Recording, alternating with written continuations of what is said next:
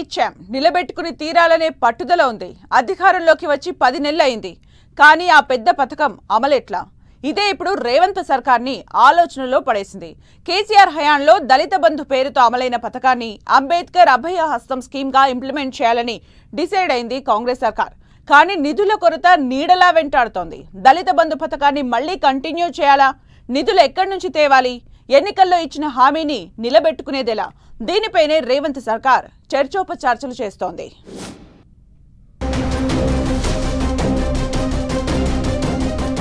దళిత బంధు అమలు ఎట్లా?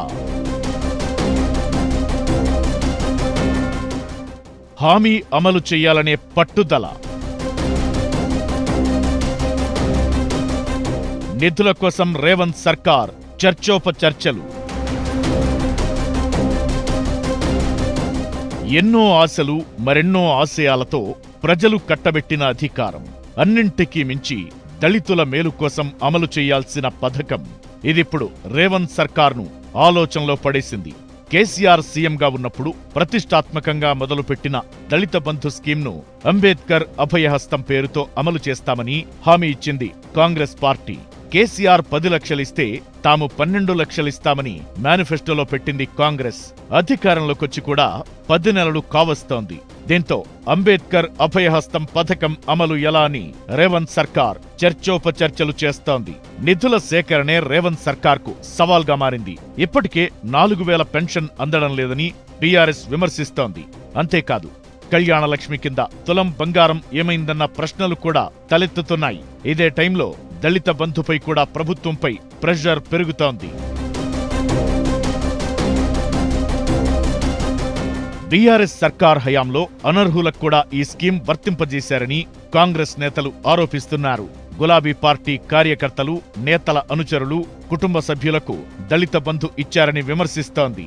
రాజకీయ పదవుల్లో ఉన్నవారికి కూడా బీఆర్ఎస్ సర్కార్ దళిత బంధు ఇచ్చిందని అంటున్నారు. అయితే గత ప్రభుత్వం దళిత బంధు అమలు, లబ్ధిదారుల ఎంపిక, గ్రౌండింగ్ వంటి అన్ని బాధ్యతలు కలెక్టర్లకే అప్పగించింది. ఇప్పుడు అధికారంలో ఉన్న కాంగ్రెస్ సర్కార్ మాత్రం ఉమ్మడి జిల్లాలకు ఇన్ఛార్జ్ మంత్రులను నియమించింది. లబ్ధిదారుల ఎంపికలో మంత్రులను కూడా భాగస్వామ్యం చేయాలని ప్రభుత్వం భావిస్తున్నట్టు తెలుస్తోంది. అంబేద్కర్ అభయహస్తం ఆశావహులు ఎక్కువగా ఉండటం, నిధుల కొరత నేపథ్యంలో దశలవారీగా ఆర్థిక సాయం చేయాలని రేవంత్ సర్కార్ భావిస్తోంది. గత బీఆర్ఎస్ హయాంలో 10 లక్షలిస్తే అందులో అధికార పార్టీ ఎమ్మెల్యేలు 3 లక్షల నుంచి 4 లక్షల దాకా వసూలు చేసినట్లు ఆరోపణలు వచ్చాయి.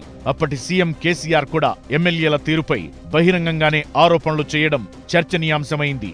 గత ప్రభుత్వ హయాంలో జరిగిన తప్పులు, అవినీతి మళ్లీ రిపీట్ కాకుండా పకడ్బందీగా అమలు చేయాలని కాంగ్రెస్ సర్కార్ భావిస్తోంది. గత బీఆర్ఎస్ ప్రభుత్వం దళిత బంధు కింద 38,000 మందికి 10 లక్షల చొప్పున ఆర్థిక సాయం చేసినట్టు అధికారిక లెక్కలు చెబుతున్నాయి. ఇంకా చాలా మంది దరఖాస్తు చేసుకున్న కేసీఆర్ ప్రభుత్వం కూడా నిధుల కొరత వల్లే పూర్తి స్థాయిలో దళిత బంధును అమలు చేయలేకపోయింది. ఇప్పుడు 10 లక్షల స్థానంలో ఒక్కొక్కరికి 12 లక్షల ఆర్థిక సాయం చేయడమంటే తలకు మించి భారమవుతుందని తెలంగాణ ప్రభుత్వం భావిస్తోంది. మొదటి విడతలో నియోజకవర్గానికి 1000 మంది చొప్పున 119 నియోజకవర్గాల్లో అంబేద్కర్ అభయహస్తం స్కీమ్ అమలు చేస్తే 14,000 కోట్ల రూపాయలు అవసరం అవుతాయని అంచనా వేస్తున్నారు. ఇప్పటికే రైతు రుణమాఫీ అమలు చేయడంతో ప్రభుత్వంపై పెద్ద ఎత్తున ఆర్థిక భారం పడింది. రైతు భరోసాకు నిధులు లేక వాయిదా వేస్తూ వస్తున్నారు. ఈ క్రమంలో మిగతా అభివృద్ధి, సంక్షేమ కార్యక్రమాలకు నిధుల కొరత ఏర్పడుతోంది. ఇలాంటి క్లిష్ట సమయంలో అంబేద్కర్ అభయహస్తం పథకానికి నిధులను సేకరించడం ఎలా అన్నదానిపై రేవంత్ సర్కార్ తర్జన భర్జనలో ఉంది. రేవంత్ ప్రభుత్వం ప్రవేశపెట్టిన బడ్జెట్లో కూడా అంబేద్కర్ అభయహస్తం పథకం నిధుల ప్రస్తావన లేదు. దీంతో కాంగ్రెస్ సర్కార్ దళిత బంధు పథకానికి మంగళం పాడిందని విమర్శిస్తోంది.